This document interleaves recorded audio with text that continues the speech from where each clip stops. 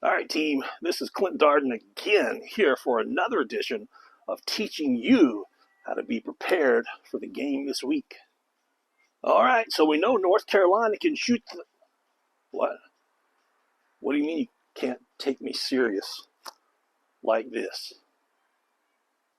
All right, how about now?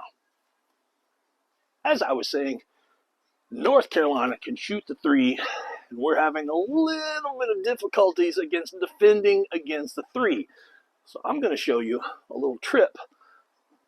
a little trick that's going to help you guys Tuesday night.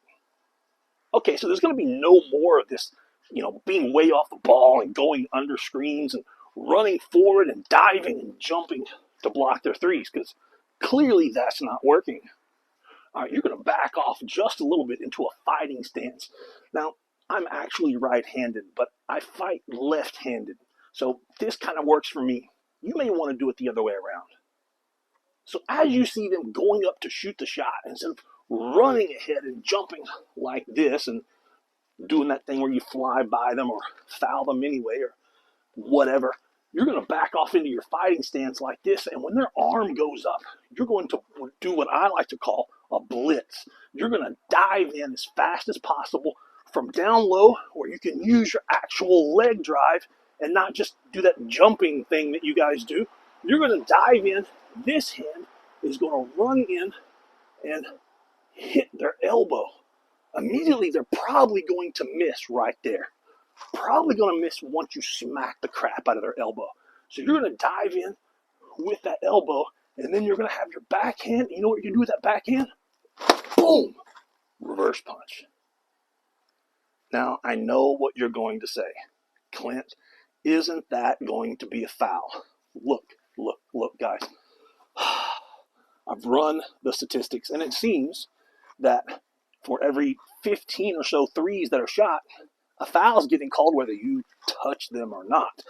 And, the way some of these referees are clearly biased, you might as well go ahead and get the foul anyway. I mean, if the other team's only shooting 50% from the free throw line and they're shooting 48% from three, hit them with a couple of reverse punches. And you know what? The next guy's going to think twice before he goes up to shoot a three. You know I'm telling the truth. So one more time, full speed. Let me put my mouthpiece in. And he goes up to shoot the three. Bam! Just like that, guys. He's not going to shoot it again. And heck, come on. You've got some guys on the end of the bench that never get to be in the game. They've got tons of fouls to give. And you got a couple of guys talking about being red shirts. This is what they're good for. Even if they get tossed from the game, they weren't going to play much anyway. All right, I'm giving you a plan B, because when plan A runs out, what matters is what you do in your plan B. Okay, so it starts off with somebody in the audience throwing you a bow staff. And I know you're laughing, but you know that out of 24,000 Kentucky basketball fans, somebody brings in a bow staff to every single game. Okay, so once again, this comes in handy if you're playing drop coverage or you happen to go under the screen. Again, somebody from the audience throws you your bow staff. So as they come in, it's a real simple, basic move that anybody can do. As they're coming in, as they're getting close to that three-point line, shooting or not, do this as a preventative measure. You're going to go up to the groin, collarbone, rib cage, scoop the ball, puncture the ribs. And then from here, clean the blood off your bow. And then, of course, you can't leave out plan C. Fog machine.